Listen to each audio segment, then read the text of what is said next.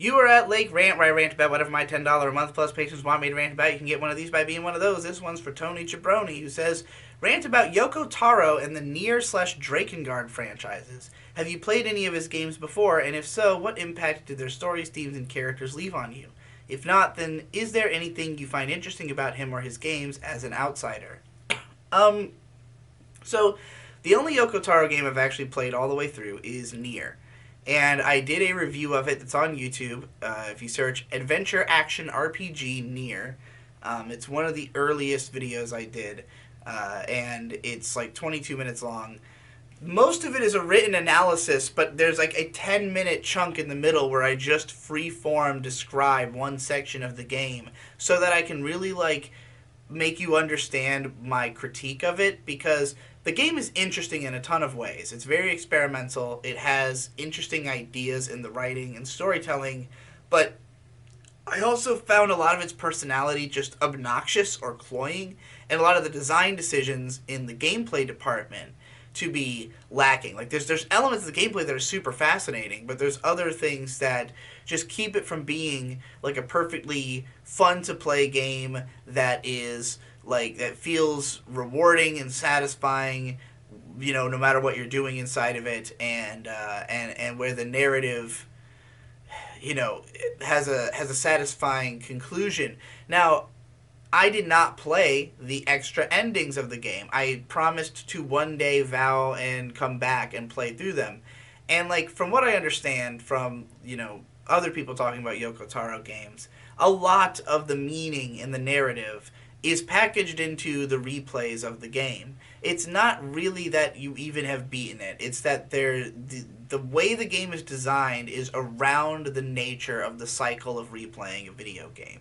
In a similar way to like Undertale. But Undertale guides you through that in a way where you really understand what's happening, and Nier doesn't, because it's just kind of more indebted to the way that Japanese gamers tend to play games, which is to exhaust all possibilities within the game, you know, before they move on. Whereas American gamers are more likely to play up to the credits, if even that far, before just moving on to the next thing. So, especially because American games aren't usually super convoluted and don't usually have tons of crazy hidden shit. So, like, I think that those games they're difficult to understand for the average critic or the average gamer. And in the case of Nier, even though I knew that there probably was more intrigue in those later endings, the way I kind of saw it was, well, I don't know how much more interesting it could possibly be if I'm so much less hooked by what I've played so far than the people who love this game. Because there are so many people who have sung the praises of elements of the game that I did not like, such as the voice acting, particularly in English.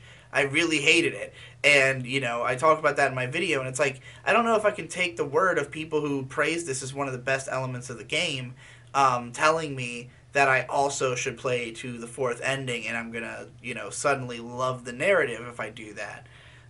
But nonetheless, I'm still interested in doing it. It was just a matter of like, you know, I just played through the game. I didn't want to do it again right away.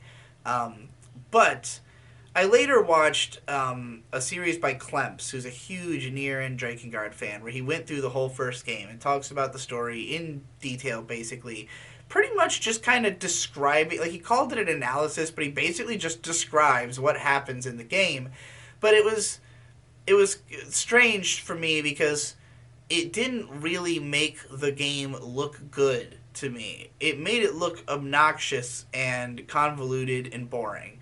And like some of the things that he was getting excited about, I couldn't quite process the excitement. I think just because, you know, having the game described to me did not communicate what was special about it. I think it's a game that perhaps I would have to play to appreciate, and maybe, you know, could describe myself in a way that would be satisfying to me, you know? So I did buy all the Drakengard games, especially because Drakengard 3 looks sick, and Nier Automata looks sick. They're both games I super want to play. Partially because, whereas I thought that the main character in Nier was the ugliest fuck in the world, and I really found the side characters grating and just didn't really, didn't really connect with the characters in those games. the girl from Drakengard 3, who I have a poster of directly behind my computer, is absolutely beautiful, and I would love to play a video game as her. And the concept art and just the way the game looks is fucking stunning compared to the previous entries. And then, Nier Automata being a Platinum game, which I've loved plenty of Platinum games, so I'm stoked to play it. I honestly just like haven't developed the like the moment where I have the time to commit to, really playing this game all the way. Because I want to do all four endings if I'm going to play it. I want to play it all the way in one go. I need the time and the dedication to, like, make that decision. And I don't make a lot of time for video games in my life because video games don't benefit my career the way that anime does. So hopefully I'll get around to playing all these games. Again, I literally own, I think, everything in the Nier franchise, the Nier Drakengard franchise. So one day I'll try to play them. I even rapped over a song from Drakengard 2 that somebody requested as one of my other rants, and that was fun. I like the music, so, I'll do it.